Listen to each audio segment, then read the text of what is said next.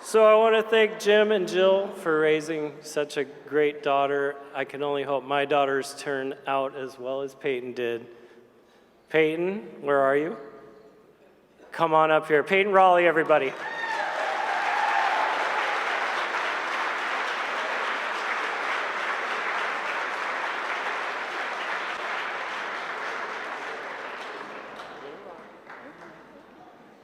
I'm sorry.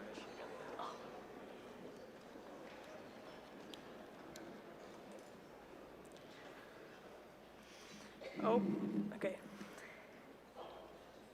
Good evening.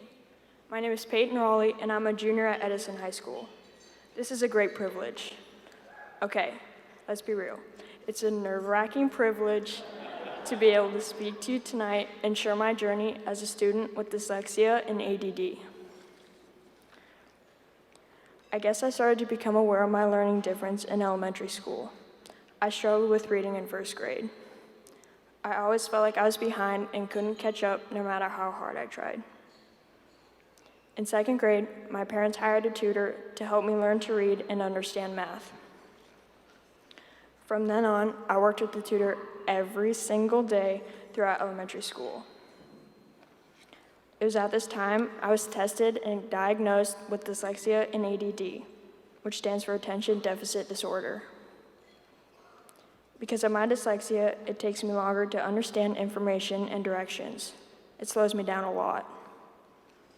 My ADD is twice as difficult as most because it's the inattentive type, so I don't distract others.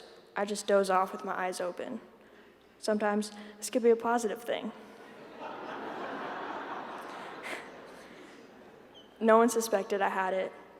The one thing my elementary school did was place me in a resource room to give me extra help. I didn't like feeling different from my friends by being pulled out. Elementary school was hard for me, and I struggled with learning the subjects. Fortunately, I had some good friends who made school tolerable. But then, it was time for middle school. Things became a lot harder for me. The classes were bigger, and the teachers didn't seem as caring or as willing to help. Reading and math were still very difficult for me. I began to hate school. Surprise, surprise, I was getting sick a lot more often so I wouldn't have to go to school. I was doing school 24/7, either attending or working on homework. After another difficult day at school, my mom would want me to start my homework right away. The schoolwork was just as hard at home as it was in class. My mom would try to help me with the homework, but working on it together usually ended in a fight between us. It was frustrating for both of us and negatively impacting our relationship. I felt like no matter how hard I tried, I could not fully understand the material being taught. Once again, I started getting pulled out of class to go to a resource room. I hated being different from the other students, but it was better than being in class. My peers didn't make fun of me, but I felt like they knew I wasn't understanding the material, which made me ashamed. In 7th grade, my science teacher offered to read the final test aloud to me. It was amazing. I got my first A ever on that test. It made my day, week, month, you name it. In fact, I've kept that test to this day.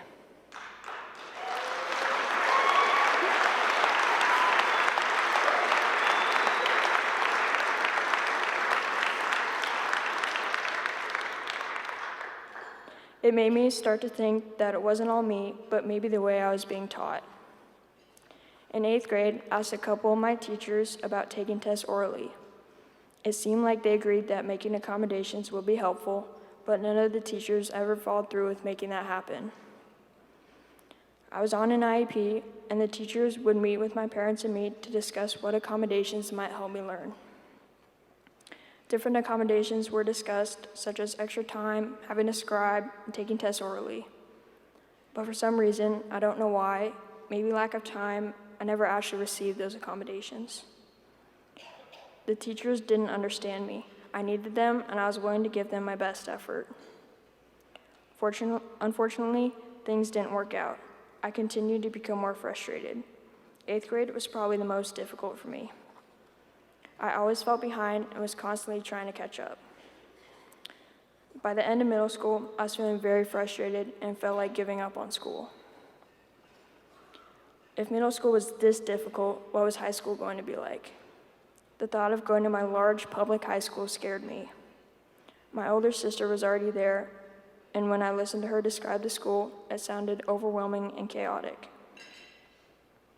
She was a really good student, and I was scared that if she was having difficulties, it was going to be 10 times harder for me. My family knew about Edison because my great aunt had previously worked there. I think it's always been in the back of my mom's mind that I might attend there when the time came. When my mom described Edison to me, I thought it sounded like it could work, and we decided I should apply. Part of the application process is spending a shadow day at Edison. When the date came for me to shadow, I was nervous and excited. The first thing I noticed was how small the building was compared to my neighborhood high school. What I really noticed was how friendly everyone was. Students were walking up to me and saying hello and asking my name. I also happened to be assigned to an awesome host student, Catherine. She made me feel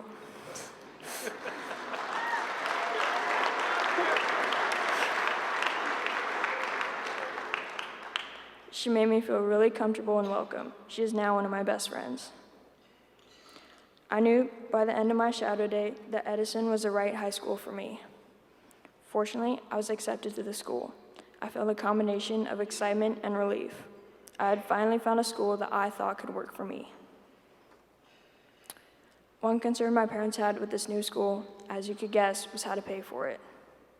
In addition to being accepted, my family soon learned I'd be getting financial aid as well.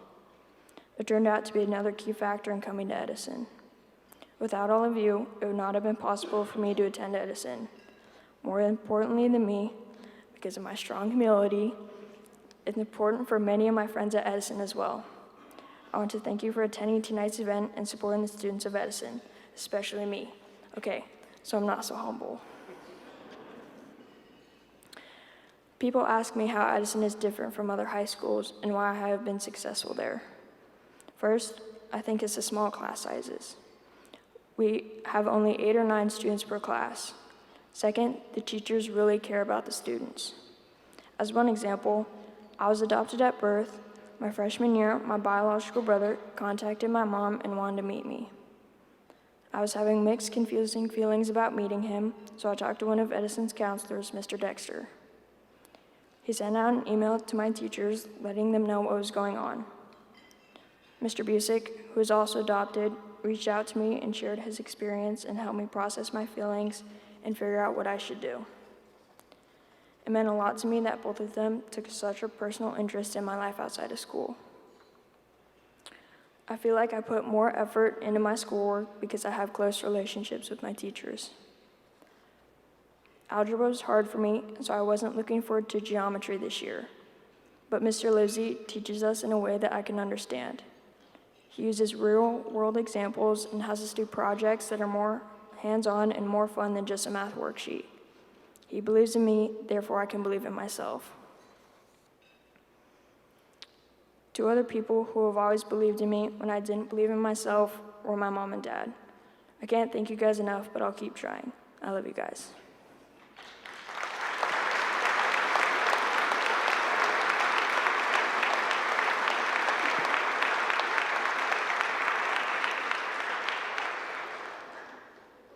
When I was in middle school, I never even let myself dream about college. Now, I don't have to dream about college because I'm going to college.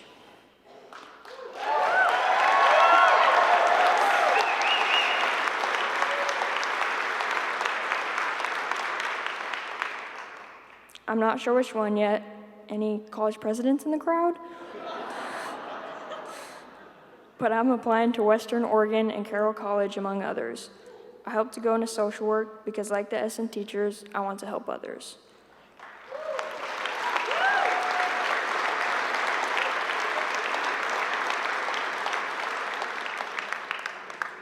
Many thanks for listening and have a great evening.